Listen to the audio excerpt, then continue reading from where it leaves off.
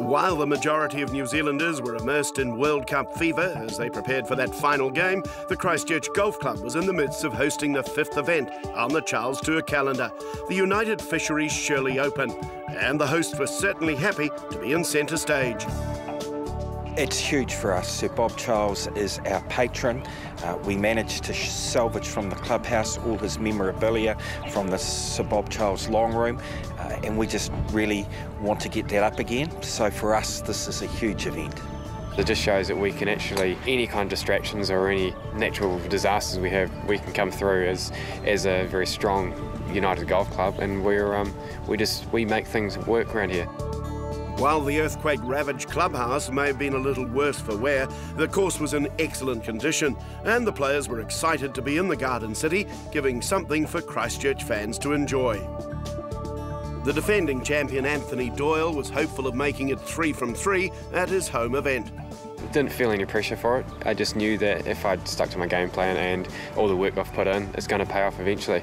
And I can't influence other people's golf, I only can influence mine, and I'm sitting in a good spot for myself. After 2 rounds, the field was reduced to just 62 players. While Richard Lee was sitting comfortably at 7 under, Nick Gillespie sat in 3rd equal alongside former New Zealand Open winner Mahal Pearce on 5 under par.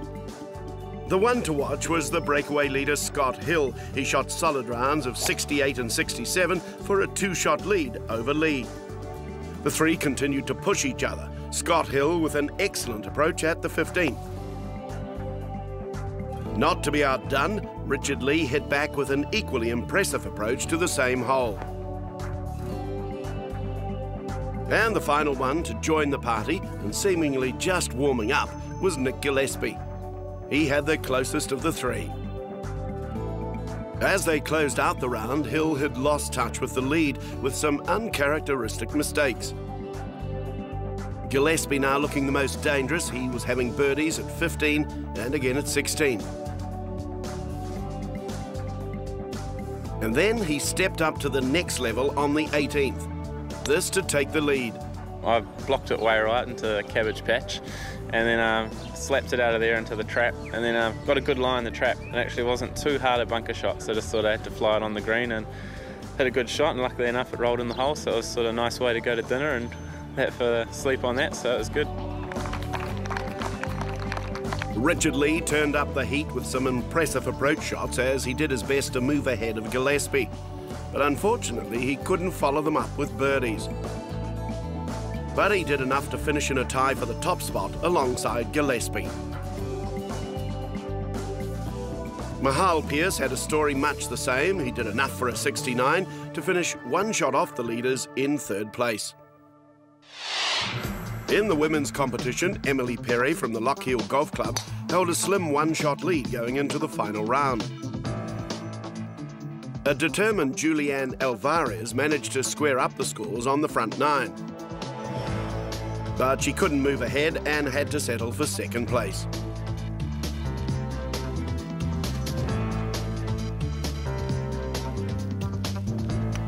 Perry took back the lead and never looked behind.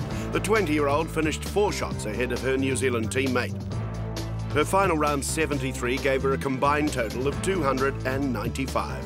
But more importantly, it was her 3rd Charles Tour win. It feels really good to win. It's my 3rd time in a row winning this tournament.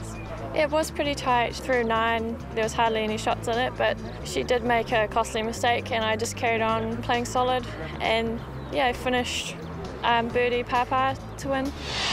And so to the final day for the men. The stage now set for a repeat of the Brian Perry Classic from Hamilton. Gillespie, Lee and Pearce preparing for a showdown. Sir Bob Charles made an appearance throughout the day, taking in all the action at his latest event. All players got off to a rocky start, especially Richard Lee, who fell back to a tie for 2nd in the early holes. Club pro Anthony Doyle failed to gain on the leaders, but he certainly put on a show for his loyal following.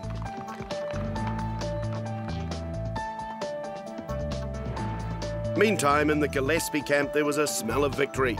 Continuing on from his impressive finish in the 3rd round, the 23-year-old drove well and he pushed out to a 6-shot lead with only 6 holes to play.